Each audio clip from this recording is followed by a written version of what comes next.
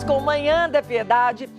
Se você ainda não segue a gente, eu quero te pedir para você seguir a gente no Instagram. Vai lá, @Manhã da Piedade. Lá você vê nossos bastidores, envia os pedidos de oração, dúvidas e sugestões. Durante a pandemia, o número de acidentes domésticos envolvendo eletricidade aumentaram, já que as pessoas estão passando mais tempo em casa. Dados do Ministério da Saúde mostram que os atendimentos ambulatoriais no Sistema Único de Saúde por acidentes domésticos subiram 303% entre pessoas de 0 a 15 anos. De março a outubro do ano passado, foram registrados 39.338 atendimentos entre hospitalares e ambulatoriais. Muito, né, gente? No mesmo período de 2019, foram 18.525 registros. Para saber quais são os principais acidentes e como fazer para evitá-los, eu converso com o professor de capacitação em tecnologia, João Carlos Lima. Bom dia, professor João Carlos. Seja bem-vindo ao Manhã da Piedade. Uma alegria tê-lo. Bom dia, tudo bem? Tudo bem. Professor, segundo a Associação Brasileira de Conscientização para os Perigos da Eletricidade, cerca de 650 pessoas morrem anualmente por esse motivo. Quais são as principais ocorrências? Bom, as principais ocorrências do choque elétrico, é importante a gente informar o seguinte, que a corrente elétrica que é capaz de provocar a morte do ser humano é na ordem de 30 milésimos de amperes, por exemplo. É um valor muito baixo e qualquer pessoa numa residência está sujeito a sofrer esse tipo de situação de choque, que é o que, inclusive, provoca uma série de danos, inclusive a morte, né? Agora, pode falar. Na realidade, as pessoas não sabem que as instalações elétricas, elas têm aparelhos e dispositivos que protegem contra choque elétrico nas instalações elétricas residenciais. Para te dar uma informação mais perfeita, desde 1997 no Brasil, é obrigada a utilização de um dispositivo chamado de IDR, interruptor diferencial residual, cuja função principal é proteger as pessoas e os animais contra choque elétrico. E eu ainda digo para você que a maioria das instalações elétricas não utiliza esse dispositivo. Entendeu? Impressionante essa informação sua, professor. As descargas atmosféricas também, os raios, eles também estão entre essas causas de morte? Olha, os raios não são tão comum de provocar a morte das pessoas, uma vez que, primeiro, nas instalações elétricas das concessionárias existe dispositivo de proteção, e se as pessoas estiverem dentro de casa, o risco de choque elétrico pelo raio é muito pequeno. O acidente maior de choque elétrico é no manuseio de equipamentos elétricos, de ferramentas elétricas, o chuveiro elétrico, que é um dispositivo hoje de alto risco. É muito importante a gente ressaltar isso, porque os nossos chuveiros elétricos de custo baixo, eles são equipamentos que a água está diretamente em contato com a resistência elétrica. E as pessoas, muitas vezes, podem fazer uma situação muito comum de tentar desobstruir os furinhos do chuveiro com a mão, com ele ligado, coisa que é altamente perigoso. E também esses dispositivos, esses tipos de chuveiros, eles são perigosos e o próprio IDR, né, que é o dispositivo de segurança, nem funciona para alguns chuveiros quando isso acontece. Então, existem proteções adequadas para impedir esse acidente elétrico, mas as pessoas não utilizam, entendeu? Ô, professor, qual a dica que o senhor dá na hora de escolher um bom chuveiro? Olha, primeiro, vem escrito assim, o chuveiro ele deverá ser compatível com o IDR, que é o interruptor diferencial residual. Um nome estranho, mas é porque ele detecta a fuga da corrente elétrica. Então, existe hoje no mercado chuveiros eletrônicos que permite que você controle a temperatura da água sem ser necessário desligar o chuveiro. Então, vamos fazer assim, o chuveiro praticamente é considerado um dispositivo muito perigoso. Então, hoje o chuveiro eletrônico, você controla a temperatura da água de 0 a 100% na temperatura e, consequentemente, ainda tem uma economia muito grande de energia elétrica. Para você ter uma ideia, um chuveiro eletrônico em relação aos chuveiros tradicionais, a economia chega a ser 90% de consumo, ou seja, 90% de economia no consumo de energia elétrica. E as pessoas, às vezes, desconhecem. Então, eles utilizam chuveiros tradicionais, que têm aquelas 3 temperaturas, né? Frio, morno e quente. Vão ter temperatura, às vezes, que não atende no momento. Uma hora o quente é muito quente e a temperatura morna é fria. Então, fica naquela condição de ficar controlando a saída da água, né? A vazão de água através do registro. E hoje nós temos chuveiros inteligentes, que permite um controle adequado. E ainda te falo o seguinte, o custo dele em relação ao tradicional é muito pequeno e a economia de energia elétrica paga em pouco tempo o investimento nesse chuveiro. É verdade. Por exemplo, nunca escutei falar no chuveiro eletrônico. Isso é uma novidade para mim. Saber que essa nova tecnologia, né, professor? Exatamente. As pessoas têm que entender, como se diz, o brasileiro, principalmente o mineiro, é muito tradicional. É verdade. Né? Então, por exemplo, o mineiro gosta ainda da lâmpada antiga, que é a lâmpada do Edison, que atravessou 2 séculos, que é chamada lâmpada incandescente, que até hoje é procurado nas lojas.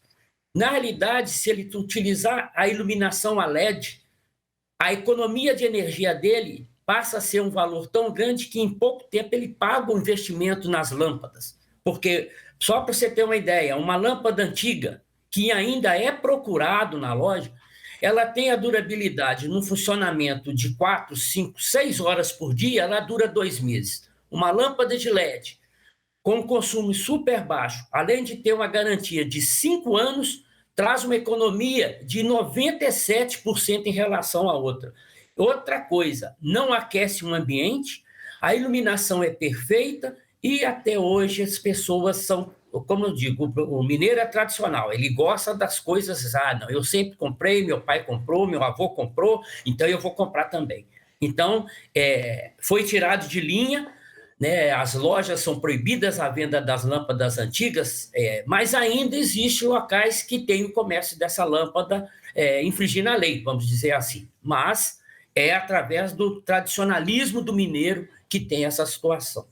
É Entendeu? verdade, uma resistência ao novo, né, professor? Professor, vamos voltar para os acidentes, para o choque elétrico, uma coisa que me chama a atenção. No seu ponto de vista, por que o senhor acha que acontece tantos acidentes com choque? O senhor acha que é o equipamento mal feito, assim como esses chuveiros aí, meia boca às vezes, ou é a pessoa que não está habilitada para mexer naquele equipamento? Existe a situação da pessoa inabilitada e da instalação mal feita. Então, por exemplo, uma coisa que eu sempre falo é o seguinte, o maior pecado, vamos dizer assim, da eletricidade é que ela funciona mal feita, entendeu? Assim, uma pessoa, às vezes, pode fazer uma emenda num condutor apenas com um simples toque de um ganchinho, que eles falam, e a eletricidade vai funcionar normal. Assim, não normal para a pessoa, mas o que está acontecendo? Está tendo um superaquecimento, está gastando mais energia, inadequadamente, tem a fuga de corrente, a isolação, por exemplo. Existem vários dispositivos que fazem a isolação das derivações, que são fitas isolantes preparadas, conectores que fazem a isolação completa, mas, no entanto, tem pessoas que fazem uma isolação com esparadrapo. A gambiarra, né, professor? Exatamente. A pessoa passa um plástico fazendo a proteção de uma determinada emenda, e isso provoca uma fuga de corrente. Essa fuga de corrente, além de propiciar o choque elétrico, também aumenta o consumo da energia elétrica.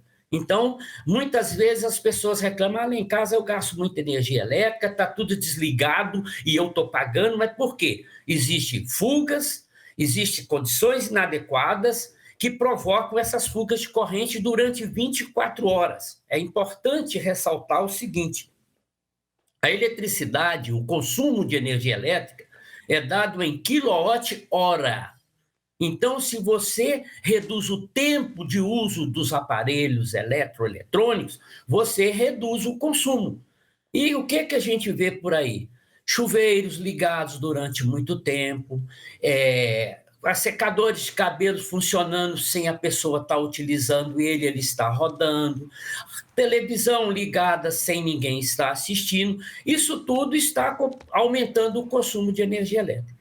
E eu ainda vou dizer aí, nós estamos vindo aí para uma situação que não é muito boa. Nós estamos com os reservatórios vazios e está sendo já as televisões, as emissoras já estão avisando que vai haver uma redução de energia elétrica, disponibilidade da energia elétrica. Está se falando, inclusive, até em um possível apagão devido à necessidade. Espero que isso não aconteça, né? Mas podemos preparar aí uma situação de aumento de consumo, principalmente no inverno, e isso pode trazer uma série de prejuízos, né, para o nosso funcionamento do sistema elétrico. Okay? Professor, de quanto em quanto tempo o senhor acha que deve ser feita a revisão no sistema elétrico de uma casa ou de uma empresa? Olha, a eletricidade, a instalação elétrica, por exemplo, ela tem uma durabilidade muito grande. O condutor de cobre tem uma garantia aí de funcionamento de 30 anos, entendeu? Então, uma instalação sendo bem feita, a pessoa deve preocupar no aumento dos aparelhos eletroeletrônicos. Então, quando vai se aumentando a quantidade de aparelhos eletroeletrônicos, consequentemente, vai aumentando as condições de funcionamento da instalação elétrica. Mas a instalação elétrica, se ela segue determinadas normas, ela tem uma durabilidade muito grande e a pessoa percebe, às vezes, algum detalhe inadequado. Por exemplo, flutuação na iluminação. Quando liga uma geladeira, a lâmpada dá uma espécie de um desligamento rápido, ou pisca a lâmpada, ou abaixa o fluxo luminoso. Quando liga o chuveiro, as tomadas dos outros aparelhos percebem que houve uma diminuição no funcionamento. Isso é um aviso que tem alguma condição inadequada que precisa passar por uma revisão. Mas a eletricidade em si, porque eu digo o seguinte, falando assim mais tranquilamente, as pessoas hoje o aumento dos aparelhos eletroeletrônicos é constante. Está sempre aparecendo um equipamento mais moderno, está se trocando alguns tipos de equipamentos, mas o que está acontecendo é que esses equipamentos são mais eficientes. Então, hoje nós temos equipamentos que trabalham com um consumo menor de eletricidade, de energia elétrica, e isso não vai afetar a nossa instalação elétrica. Um exemplo que eu digo, a iluminação a LED, ela reduz tanto o consumo que permite um funcionamento melhor de um aparelho de ar-condicionado, que permite o funcionamento de um chuveiro elétrico mais novo, mais perfeito em termos de funcionamento, não aqueles mais antigos. Tudo isso vai aliviando a instalação elétrica. Entendeu? Entendi, sim. Claríssima a nossa conversa. Muito obrigada, professor João Carlos. O tempo aqui briga com a gente, né? Mas agradecer muito o senhor ter parado sua manhã e vir conversar com a gente, viu? Perfeito. Estou à disposição no centro de capacitação da Loja Elétrica. Qualquer situação que for necessária de alguma informação, pode entrar em contato com a gente, que nós estamos à disposição. Tá joia. Muito obrigada. Deus abençoe seu dia, viu? Amém. Bom dia. E nós vamos para mais um intervalo. No próximo bloco, o Evangelho do Dia. Não saia daí.